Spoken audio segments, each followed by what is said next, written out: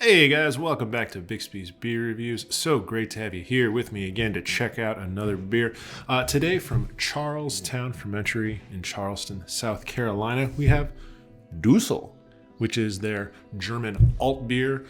Düssel, of course, a reference to Dusseldorf in Germany, which is sort of the spiritual home of the Altbier style. Now, an interesting thing about this beer is that if you read the really fine print on the can, you'll note that it is an Altbier style ale. And that reflects the deep and, at least to this weirdo, fascinating history of alt beer as a style. Alt beer, the name means old beer. It doesn't refer to the fact that the beer is lagered, although it is. It refers to the fact that it is an older style of brewing beer. In fact, alt beer as a style predates the isolation of ale and lager strains of brewing yeast. So brewed traditionally, it uses a top fermenting or ale yeast, but is then lagered for a very long time and has very lager character. So it's a very interesting style. It allows for a pretty broad range of expression. This is a typical alt beer, but you'll also see, usually just from Germany, examples over called Stieg alt beer or Doppelstieg, which are much more intensely malty, sweet, and complex beers, variations on this style. But like I said, we got a wonderful classic alt beer to check out. So let's go ahead and crack it open, take a look. I actually have something of a personal history with alt beer, or some of a tradition. My wife's family, weekend after Thanksgiving, at least in the before times, used to have some of a local family reunion at this ancient German beer hall that was open at that time and could accommodate all of her family, and I would always get alt beer while I was there. But let's take a look at this particular example. As you'll note, it is a beautiful brown amberish color, has a brilliant sparkling clarity, very lovely, fluffy, soft, cloudy, persistent head up here. It is, in all respects, a beautiful looking lagered amber beer. Looks to have about medium carbonation. Can't see too much of a bubble situation going on there, but it looks wonderful. So let's go ahead and check out the aroma. A beautiful and surprisingly complex aroma. So the first thing I note is a very distinct aged lager character. It's that kind of clean, whistling, sharp lager aroma that you get from a good Pilsner or another good lager beer. It also has a pretty imposing noble hop aroma.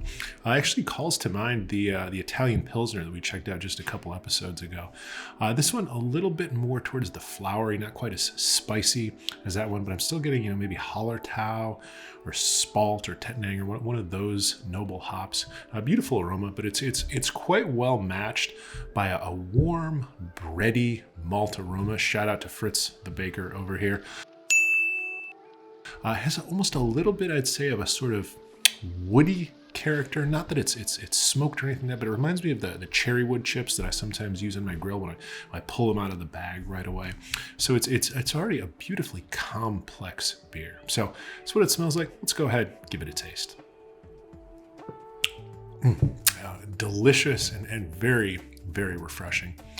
So when you look at a beer that has this kind of color, I think it's pretty natural for your brain to assume it's going to be a malt forward beer. Usually when you see this type of color, you think of richly roasted malts. But the thing I love about this style and that I love about this beer in particular is that it is so beautifully balanced. It certainly does have some delicious malty notes. It has that same kind of warm wheat bread flavor that we got on the aroma. Goes even just a little bit to a slight note of caramelization of caramel or crystal malt. But it's more than made up for by an imposing hop bitterness that really kind of thins out that maltiness a little bit, and ultimately drives towards sort of a medium light body, a slightly drier finish, not exceptionally dry, but very refreshing, very quaffable. This is 5.2%, so it's not super low ABV, but it drinks much lighter than it looks. And again, this is what I really like about this style, is that you get an amber lager type beer that brings malt complexity, but isn't nearly as heavy as some beers in this kind of SRM range can be. So if you like the idea of getting some malt character, but having something that can still finish relatively dry and relatively crushable, this is a spectacular style. I think Charles Towne has done a very, very good job with this one. So thank you so much for joining me, for checking out, again, one of my favorite styles. I know I say that all the time, but it's always true. It's not a lie if you believe it, right? And so enjoyed this one. Very much look forward to seeing you on the next time. As always, drop some comments down there. Let me know what beers you want to see me drinking. BBRs for the people. I'll drink anything I can find that you want me to. But till then, look forward to seeing you next time. Bye now.